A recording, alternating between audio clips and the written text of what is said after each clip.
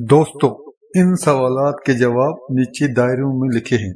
آپ ان جوابات کو ترتیب کے ساتھ کمنٹ میں لکھ سکتے ہیں۔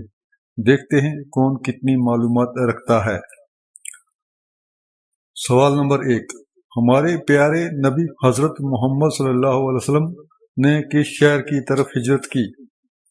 سوال نمبر 2، ہمارے پیارے نبی حضرت محمد صلی اللہ علیہ وسلم کی قبر مبارک کس شہر میں ہے؟ سوال نمبر 3، مسلمان کس مہینے میں حج کے لیے بیت اللہ شریف جاتے ہیں؟ سوال نمبر 4، تراویح کس مہینے میں پڑھی جاتی ہے؟